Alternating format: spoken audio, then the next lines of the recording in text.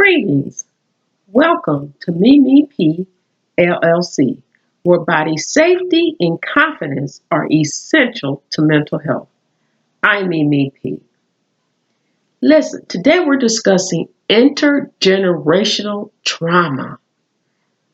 Regardless to what racial group you identify with or what cultural or ethnic group you're a part of, it is important to understand to intergenerational trauma. I looked this up on RAIN, RAINN.org. It has two N. And it speaks of intergenerational trauma as part of Black history. Interesting. It gives you some background information. It also had three people on the panel. There was the host and three people, two women and a gentleman. And they were talking about the trauma. To find out that it just wasn't you. And not only that, you find out if your mom or in this person and that, and all this is going on. There's a family member that's just taking advantage of the children, whether it be an uncle, an aunt, a brother, a cousin. And yet nobody is sharing with other family members to alert them or taking legal action. And also, children are doing that to a brother, a sister, a younger cousin. These things are happening, yet no one is speaking about it. How about getting together before the holiday and discussing the topic and sharing with each other, oh, so-and-so did this, so-and-so did that. Not as a way to put each other down, but as a way to bond together as a family, to unite to keep the safety of the children. When children are molested or raped, or some are even raped, understand it's not that they wait till, some people think it's wait till they get 9 or 10 where they developing, pubic hairs, breast growing, and all of that. For the guys, things are changing. Puberty sets in for some at 9 or 10, 11, 12. But a lot of children are molested and some even raped as young as baby age. Years ago, back in Cleveland, Ohio, a woman left her baby in the custody of her brother, and her brother killed her baby by trying to penetrate that baby. It's a sad and ugly fact, and it's been about 20 years. But when you hear that on the news, it stick with you. You have to be careful. Like she said, she thought it was her brother. She thought she could trust him. How do you know? Situations happen so tragically. But what about the children that are old enough to speak, but you have not taught them? You teach them stranger danger, but you don't teach them about nobody touching their bodies. Listen, look it up. Intergenerational trauma, child molestation in your culture. Whether you're Black, African American, American Indian, there's different types of Indians, Caucasian, Asian, and see what's in there. Did you know out of the three panelists, no one said anything until they were up in adult years? Not 19, 20, 21, 25. They still didn't know how to address the situation. It took counseling.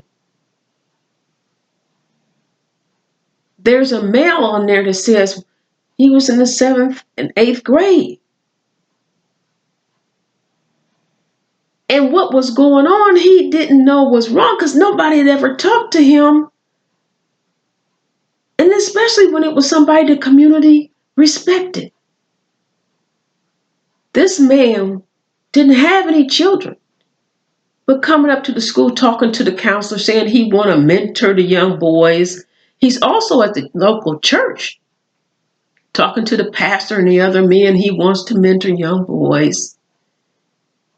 Yet he was abusing them. Molestation, sexual abuse. And he said, sometimes things, not what you see on TV going on or what you think. So you don't understand where it just come from. So he didn't quite understand it was wrong. He just didn't know what to think of it. And he kept his mouth shut. Past the age of 40, before he decided to tell his spouse,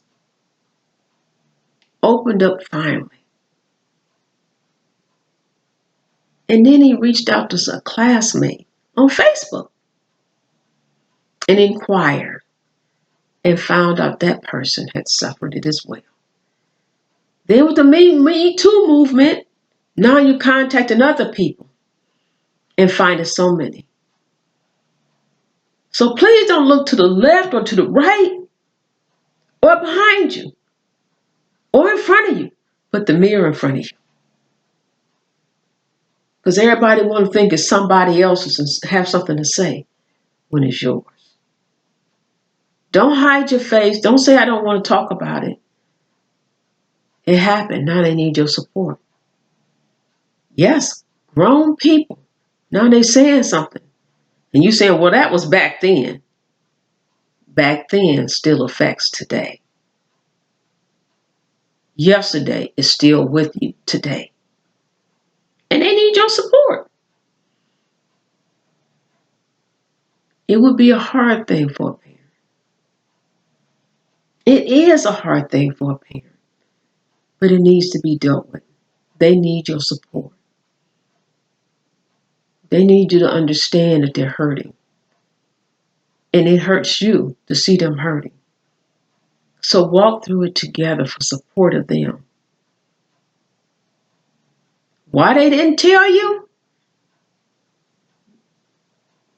Hey, different children, different reasons. Didn't understand why this was them, afraid of letting you down. Maybe they was where they shouldn't have been. But there's conversations. There's support. They're doing more to make the community understand. Don't push people away or just say, well, you don't know where the help is. They're putting it out. They're putting it out in the community centers. They're putting it out in the churches. They're putting it out in the synagogues. They're trying to let people know help is available. Most help come for children right there at the General Hospital. Contact your local children's hospital. Some have behavioral centers where the children can go and get some counseling there. If your child is molesting your children, you can't just say don't do it anymore. Do you know that child seeing that other child is traumatic? Do you know that other child could be very mean to the other one for telling? Do you not know that child might not touch your child again, but he's touching the cousins or she's touching the cousin or the neighborhood child? Children need us to help them understand there's boundaries. We all know the body goes through different things. Sex sells, so it's all over the TV set. What movies are you watching in front of your children? How are you dressing? People say, don't tell me how to dress. Your child, when they see, your cleavage is cleavage. When you go out in bathing suits and your back end is hanging all out, you can't say, okay, my relative, don't look at me like that, but you want the men to look at you that way.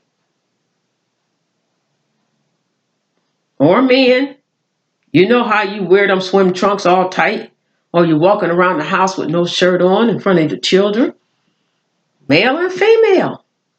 Yes, it's your house. But I'm just asking you to consider how children process things. Remember how you were once a child. Remember the programs your parents permitted you to watch and not to watch. Because the body gets excited. The children can't distinguish these things. And then some children just don't understand why they have to hurt so bad.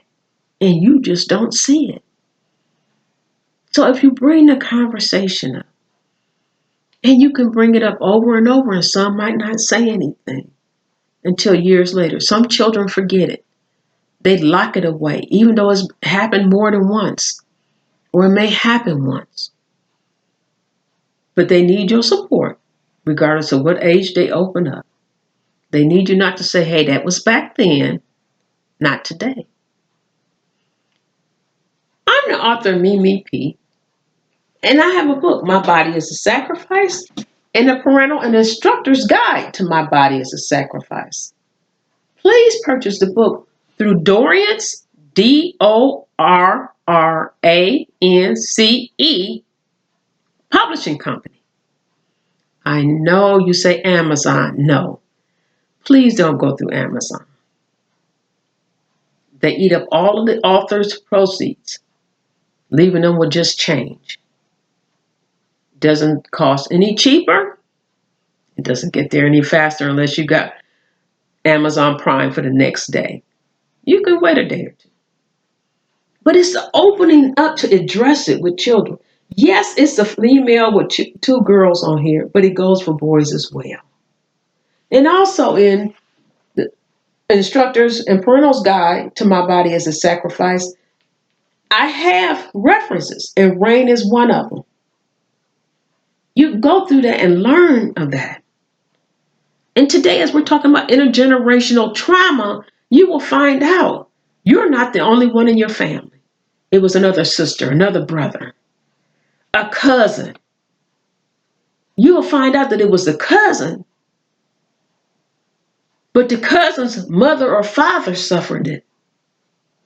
Or it was an aunt and an uncle and a different cousin. It's all this going around. People in the family hurting other people and saying, shh.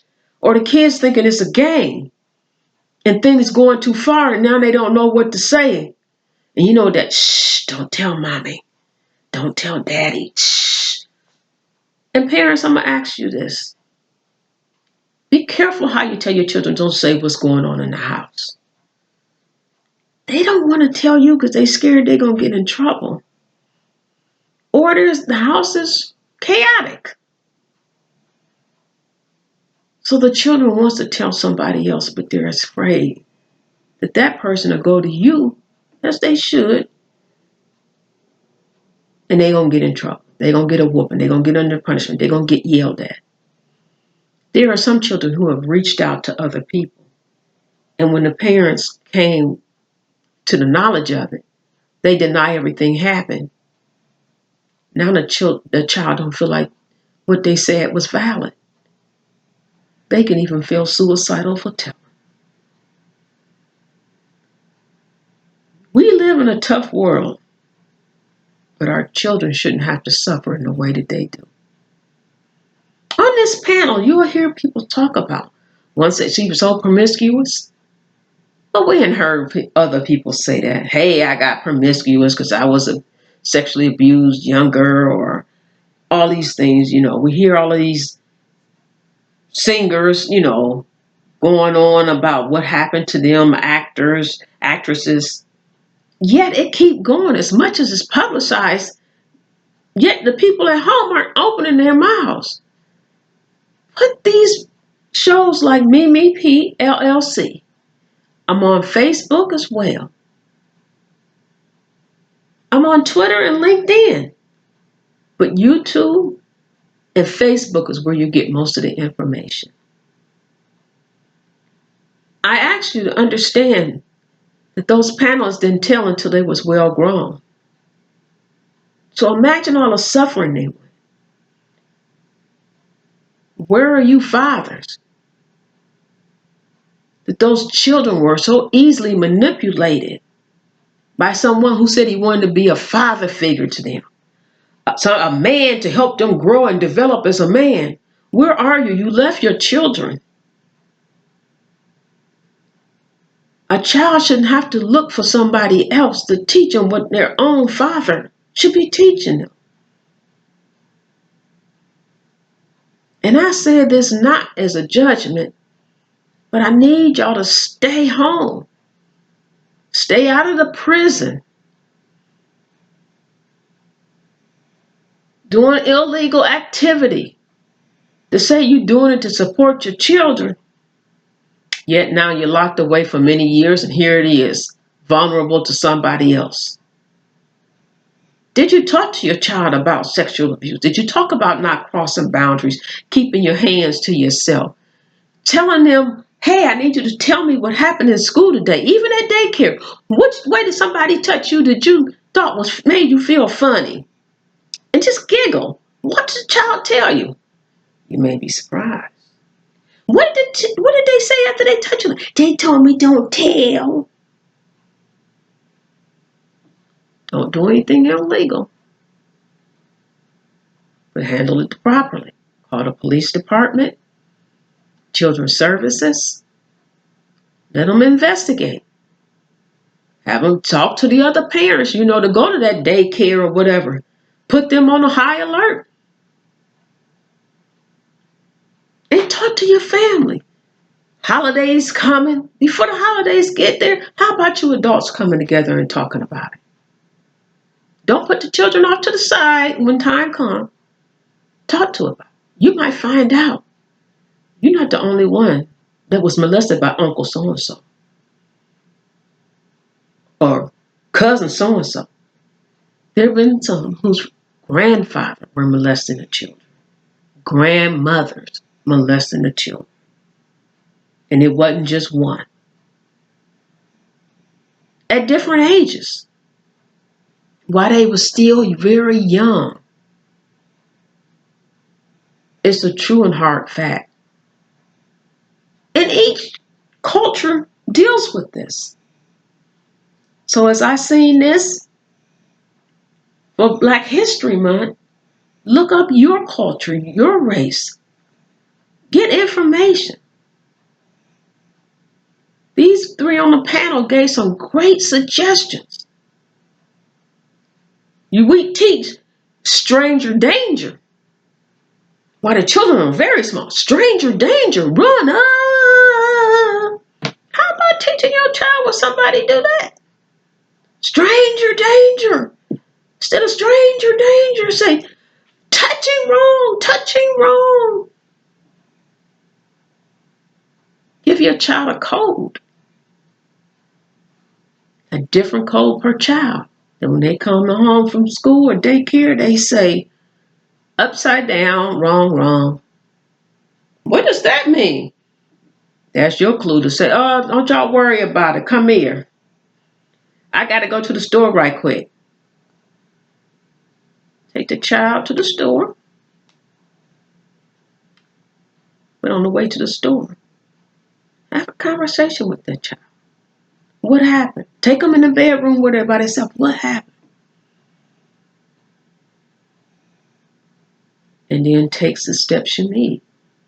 I would not suggest calling the daycare center and say, hey, my child said you did such and such. I suggest calling the police or child protective services. And then contact other parents. Ask them, the police department and children's services, how do you handle this? Do y'all contact other parents? I don't want them while y'all waiting. They don't usually just wait. I don't think they do. And just say, we'll wait and see if this is real or not before we notify other parents. If they say that, you need to take it upon yourself and tell. Start a telephone line. Go to the daycare as you normally do and tell other parents, hey, my child has been complaining about this and talk to your children. Understand that parents get involved with your children when they're in youth groups and children groups. whether it's at the church, the synagogue, the community center, volunteer center. Talk with your children. Understand. They may get a ride from Uncle so-and-so to go to the store all the time. Come on, I take you, I take you. It's not friendly. The child don't want to go. I don't feel like going. Oh, child, go on with your cousin. He's trying to be nice to you. No, he's not. We have to open our eyes. If you were molested, tell your children about it. You was molested, tell your children to tell their children about it. Let them talk about it. Instead of talking about the lady down the street having an affair or the man down the street creeping on his wife while you're in there cooking, talk about it. Talk and teach your children about body safety and confidence. Body safety is meaning boundaries. You don't touch me here. You don't touch me there. You don't say things to me. Oh, you so pretty. I just like your lips so pretty and thick, or your lips so pretty and thin. Come give me a kiss. Let me kiss you. Or somebody kisses somebody on the neck. That's inappropriate. But do your child know that? That's what they call a grooming move. A person figure they can do that and you giggle, or you do that and you think that's part of it. They just seeing what step they can go next. Why is Uncle so-and-so or Auntie so-and-so or Grandma or Grandpa keep showing up when people have been molested? Why are they even permitted not to have to face legal issues? Why do you put them out there and say, okay, well, they're not coming here, but you leave them out there to hurt somebody else's? All for the namesake. Did they think about that when they was molesting your children? Do you know that there's been relationships ruined because a mother didn't protect her daughter, a father didn't protect their son?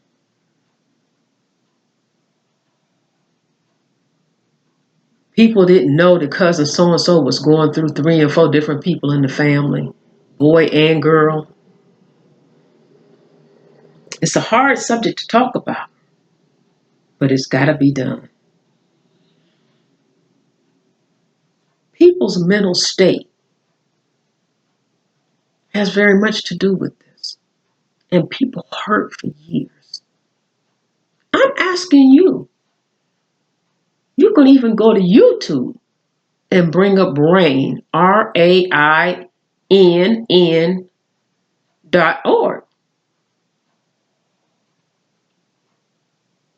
Or go to YouTube and bring up intergenerational trauma, Black history. Or look it up in your culture. Are you Indian, Asian? Look and read. It's something that's going on in the family, and it's been going on for generations. And nobody has been strong enough to say, I'm going to put an end to it. Or they were not knowledgeable how to put an end to it. And there may be times that adults need to talk about it, that you can protect the children. Again, thank you for visiting Mimi P. LLC. In my book, My Body is a Sacrifice, and an Instructor's and Parental's Guide to My Body is a Sacrifice. This has in reference the RAINN.org. It also tells you that RAINN has a 1-800 number for whatever state you are in to call, and they can get you help. Children need help as well as the adults. Let's get together and break this curse, this generational trauma. Be blessed.